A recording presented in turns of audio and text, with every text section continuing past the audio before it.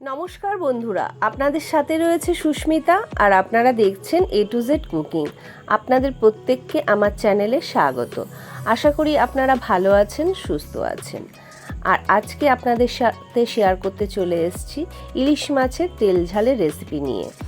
পুরো রেসিপিটা দেখুন, আশা রাখছি ভালো লাগবে। আর যদি ভালো লেগে থাকে একটা লাইক কমেন্ট শেয়ার করতে ভুলবেন না।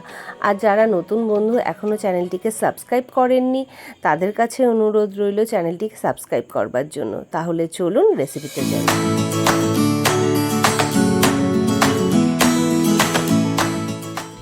আর ইলিশ মাছের তেল ঝাল বানাতে আমরা চলে এসেছি। প্রথমে আমি মাছে লবণ আর হলুদ মাখিয়ে নেব। দিয়ে দিচ্ছি লবণ, দিয়ে দিচ্ছি পরিমাণ মতন হলুদ। খুব ভালো করে মাছের গায়ে নুন আর হলুদ মাখিয়ে নেব। মাছে লবণ আর হলুদটা খুব ভালো করে মাখিয়ে নিয়েছি। এবার মাছটাকে একটা সাইডে রেখে দেব। আর আজকে ইলিশ মাছটা রান্না করব শুকনো লঙ্কায়। আর আগেই আমি গরম জলে ভিজিয়ে রেখেছিলাম আর শিলনোড়াতে বেটে নেব। গরম জলে শুকনো লঙ্কাটা ভিজিয়ে রেখেছি, তার কারণ আমার বাটতে ভীষণ সুবিধা হবে আর শুকনো লঙ্কাগুলো খুব নরম হয়ে যাবে।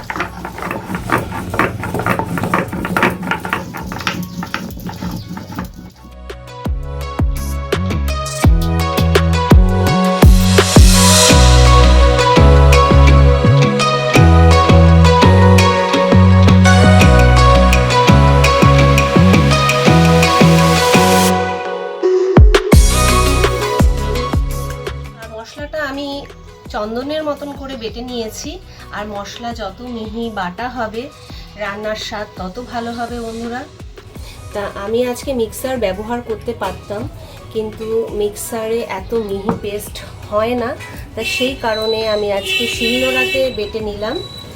আর লঙ্কা বাটাটা আমার হয়ে গেছে। আর দিয়ে দেব চামচ সর্ষে,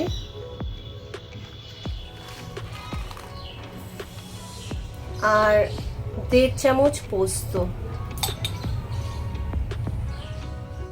সাথে দিয়ে দেব একটু লবণ।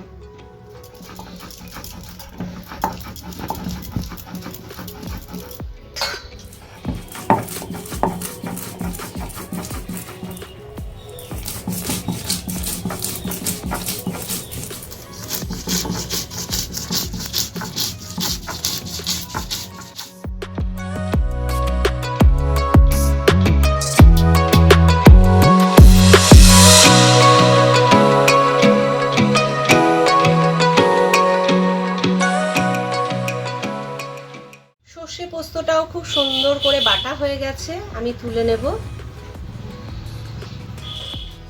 আর গ্যাস অন করে দিয়েছি, কড়াও বসিয়ে দিয়েছি। কড়াটাকে আমি খুব ভালো করে গরম করে নেব। আর আজকে রান্নাটা করব পুরো সর্ষের তেলে। আর ইলিশ মাছ সর্ষের তেলে ভীষণ ভালো একটা টেস্ট হয়। দিয়ে দিচ্ছি পরিমাণ মতন সর্ষের তেল। তেলটাকে খুব ভালো করে গরম করে নেব। যতক্ষণ তেলে ফেনা আছে বুঝতে হবে তেলটা ভালো করে গরম হয়নি। তেলের থেকে যখন ফেনাটা কেটে যাবে তখন বোঝা যাবে যে তেলটা খুব ভালো করে গরম হয়ে গেছে। তেলটা খুব ভালো করে গরম হয়ে গেছে। এবার ফোড়নে দিয়ে দেব 1/2 চামচ কালো জিরে। ফোড়নটা থেকে যখন একটা সুন্দর গন্ধ বেরিয়ে যাবে তখন আমি দিয়ে দেব বেটে রাখা শুকনো লঙ্কার পেস্ট।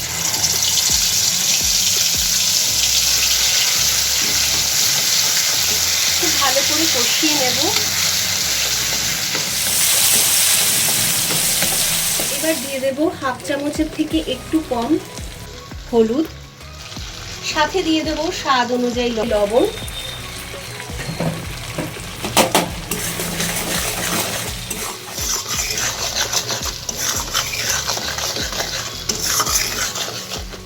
লঙ্কা, হলুদ আর লবণ দিয়ে খুব ভালো করে কষানো হয়ে গেছে। এবার মাছের পিসগুলো আমি দিয়ে দেব।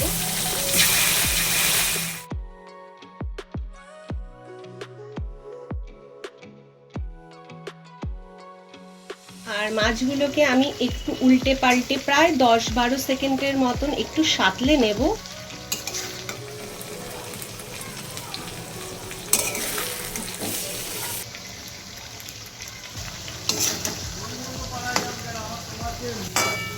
এবার দিয়ে দেব পরিমাণ মতন জল। খুব বেশি ঝোল বানাবো না, একটু গা মাখা মতনই হবে ঝোলটা। মাছটা ফুটে আসা পর্যন্ত আমি একটু অপেক্ষা করব। ঝোলটা খুব ভালো করে ফুটে গেছে। এবার দিয়ে দেব বেটে রাখা সর্ষে পোস্ত।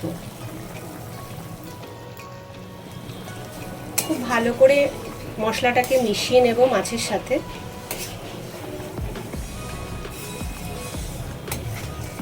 আর খুব সহজ আর খুব টেস্টি একটা রেসিপি। আর ইলিশ মাছ রান্না করতে তো কোনো ঝামেলাই নেই, খুব তাড়াতাড়ি ইলিশ মাছ রান্না হয়ে যায়।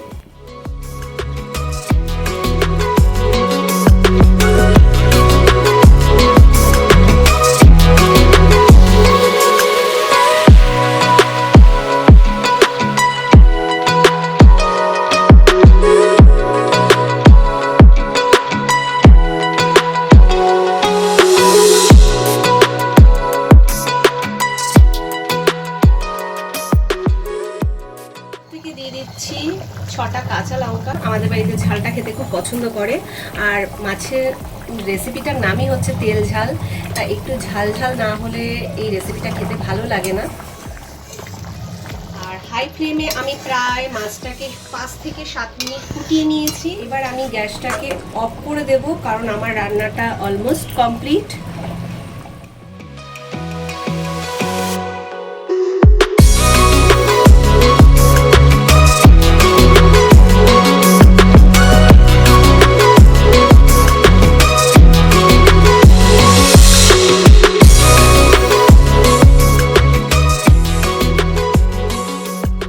গ্যাসটাকে অফ করে দিয়েছি। এবার আমি দিয়ে দিচ্ছি 1 চামচ কাঁচা সর্ষের তেল। এই তেল ঝালের টেস্টটা আরও গুণে বাড়িয়ে দেবে।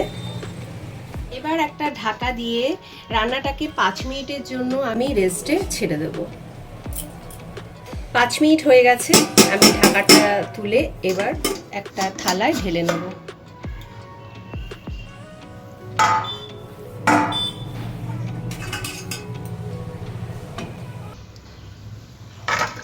এতক্ষণ ধরে আমার সাথে থাকার জন্য সকল বন্ধুকে অসংখ্য ধন্যবাদ।